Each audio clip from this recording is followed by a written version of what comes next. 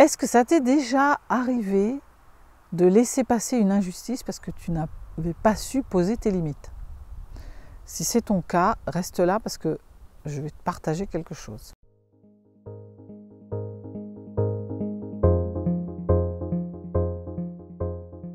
Alors en fait, moi, ça m'arrivait souvent avant. Avant quoi? Avant que je sache un peu comment faire et que je me transforme à l'intérieur et que je me sente un peu mieux avec cette histoire de qui je suis et qu'est-ce qui est important pour moi.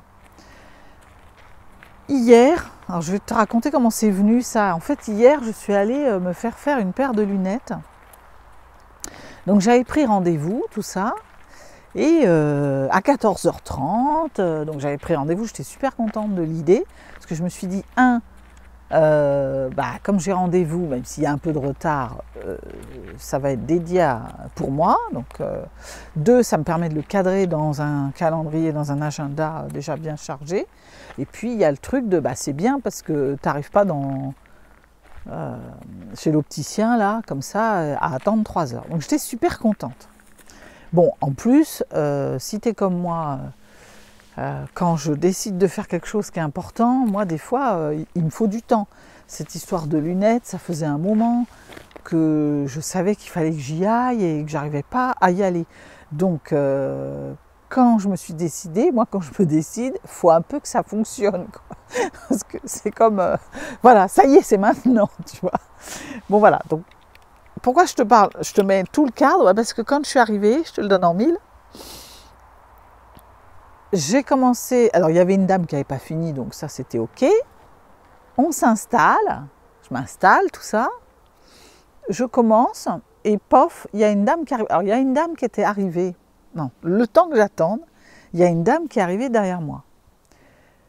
Bon, qui attendait, machin. Quand elle a vu que je m'installais, elle a dit, je pense que ça va prendre du temps, je repars, je reviendrai. Et le jeune homme qui était en train de me servir se lève en disant attendez, partez pas, c'est pourquoi, etc. Donc j'écoute qu'à moitié, moi, parce que ça ne me concerne pas. Et je le vois partir, finalement, il dit je vais m'occuper de vous. Et il est parti derrière, il fallait faire une manip sur les lunettes, je ne sais pas quoi. Moi, je ne savais pas combien de temps ça allait durer, mais c'est venu toucher chez moi quelque chose de l'ordre de c'est pas juste, quoi. Il y a quelque chose qui dissonne. En service client, ça ne va pas. Moi, j'ai pris rendez-vous justement pour éviter ce genre de choses. Je pensais que j'allais être en rendez-vous. Eh bien, il fut un temps pas si lointain où j'aurais attendu patiemment, je me serais énervée, puis après, ça m'aurait duré 3 semaines. Parce que j'aurais quand même fait bon an, mal an, mais avec vraiment un sentiment d'amertume, un truc pas... Et là, je me suis dit, c'est pas possible, ça ne va pas. Donc, comme je ne savais pas combien de temps ça allait durer, je suis partie. Je suis allée faire un tour. J'ai été faire coucou à Amélie, qui n'était pas loin derrière. Et comme on était venus à 2, j'étais avec une amie et je lui ai dit, elle a décidé de rester à l'intérieur. Et je lui ai dit, à ce moment-là, tu me préviens quand c'est mon tour. Donc bon, je l'ai un peu pris en otage, la pauvre, mais... Et donc, à un moment donné, le téléphone a sonné et c'était disponible. Et je suis revenue. Alors déjà, ça m'avait fait du bien, déjà, d'avoir pu... En fait, j'avais une forme de colère aussi, tu vois. Et ça m'a fait du bien parce que j'avais pu exulter un peu. En plus, j'ai papoté avec Amélie, je lui ai déversé sur elle, je lui ai dit, tu te rends compte, machin. Donc, ça m'a permis de vider le truc et de prendre conscience que pour une fois, j'avais vraiment marqué mes limites dépassées. Parce que sortir et partir, je ne l'aurais jamais fait avant. J'étais déjà trop bien élevée, trop à me dire oh non quand même, bon c'est pas de sa faute, il est tout seul dans le magasin, enfin j'aurais trouvé 15 000 excuses. Et en fait, pendant ce temps-là, j'ai pris conscience que c'est pas tant d'être obligé d'attendre en fait. C'est que j'aurais juste aimé qu'il s'excuse en me disant madame, excusez-moi, est-ce que je peux prendre 5 minutes, ça va pas être long, machin. J'aurais été la première à lui dire mais oui, je vous en prie quoi. Donc une fois que j'avais identifié ça, je me suis dit ah c'est ça, donc déjà ça a légitimé le fait que je me que je me lève et que je parte. Et donc quand je suis revenue, j'étais déjà plus détendue, plus en colère, parce que la colère était partie. Mon ami qui était là sur la place lui avait déjà dit un peu que c'était pas trop correct, parce qu'il s'est inquiété, du coup, elle est où et tout, etc.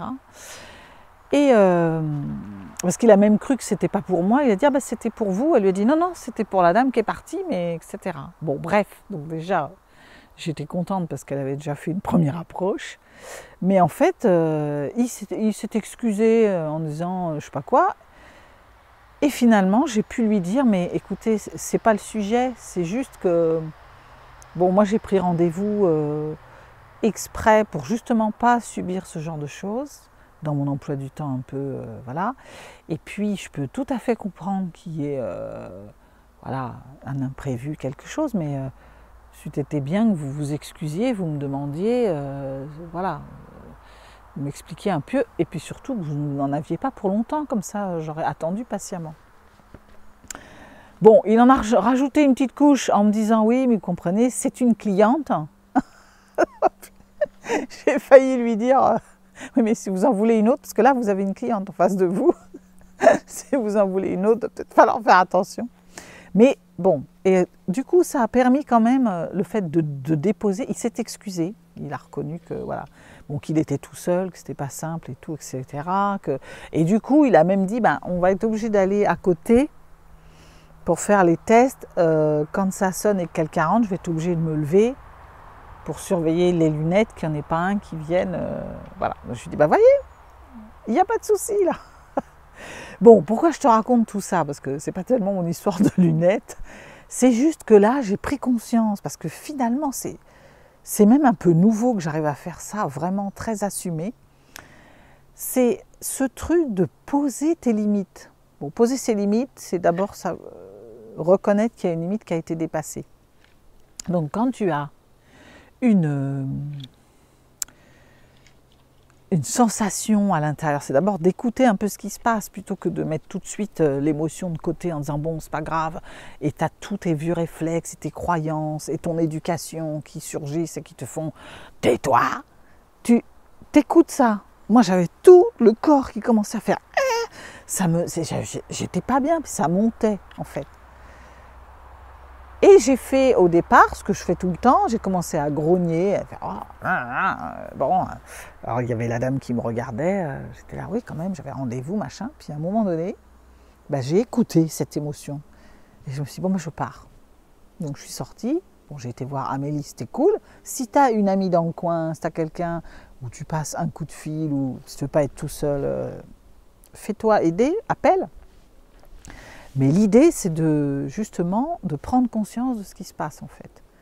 Donc moi, j'ai pris conscience qu'il y avait une valeur bafouée, c'est celle du respect déjà, que je ne me suis pas sentie respectée dans l'organisation, voilà, et qu'il n'y avait pas de raison que cette femme passe avant moi, alors qu'elle était arrivée bien après, qu'elle n'avait pas de rendez-vous, et en tout cas que ça se passe comme ça, sans...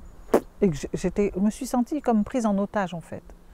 Et c'est ça qui m'a dérangée. C'est pas, moi je laisse facilement passer quelqu'un, c'est pas le sujet. Mais dès lors qu'on me demande mon avis. Donc déjà, il faut que tu saches bien qu'est-ce que c'est venu toucher chez toi. Parce que ça t'en apprend beaucoup. Deuxièmement, il faut d'abord vider, il faut exulter pour ne pas avoir ce que les avocats appellent un vice de forme. C'est-à-dire que tu arrives et que tu te sentes... que ça parte n'importe comment parce que la personne ne va rien entendre. Si tu laisses la colère déverser, elle va rien entendre déjà, et elle va être sur la colère, et elle va se fermer. Donc de toute façon, ça sera contre-productif. Donc ensuite, je suis revenue et je lui ai expliqué, mais très calmement, tu vois, comme j'avais vidé la colère, j'ai pu expliquer avec des méthodes un peu CNV, là, communication non violente, quel avait été le fait, qu'est-ce qui m'avait dérangé et qu'est-ce que j'attendais en fait.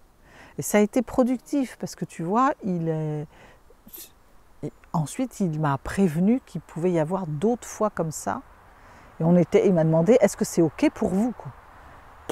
Ça a été nickel. Et alors après, on a passé un rendez-vous, voilà, ça a été, on a même fini par rire ensemble, alors qu'avant, j'aurais grogné, ça m'aurait tenu, quand je te dis des semaines, c'est vraiment des semaines, parce que je me serais en plus culpabilisée et flagellée de ne pas avoir réussi à poser mes limites, tu vois. Je me serais dit, mais enfin, donc ça vient chercher le t'es énervé, tu n'arrives pas à te mettre d'accord. Aussi bien, je ne serais plus revenue dans ce magasin, je serais repartie sans avoir mes lunettes, il y aurait pu y avoir ce risque-là. Et après, je me serais flagellée de me dire, mais enfin, t'es asocial, t'es inadapté, et pourquoi t'as pas dit? Enfin bon, bref, ça vient chercher plein de choses comme ça. Bon, voilà ce que je voulais te partager, tu vois, c'est cette histoire de poser ses limites, c'est s'octroyer le respect que l'autre n'a pas pour soi parfois. Au moins, toi, tu te l'accordes. Moi, quand je suis sortie, j'avais déjà réglé les 3/4 du problème. Parce que j'avais montré, puis j'avais sorti le corps de cet état émotionnel, parce qu'en fait, ce sont les émotions qui viennent tout pourrir. L'émotion, elle arrive, la pensée commence à... Le mental vient mettre quelque chose dessus, et ça l'alimente, et c'est parti. Et tu es dans une espèce de cercle comme ça, qui s'auto-alimente. Que là, tu vides, ensuite tu poses, tu viens voir ce que ça vient te dire, cette émotion, et ensuite tu poses une action de... Comment je fais, qu'est-ce que je fais de ça?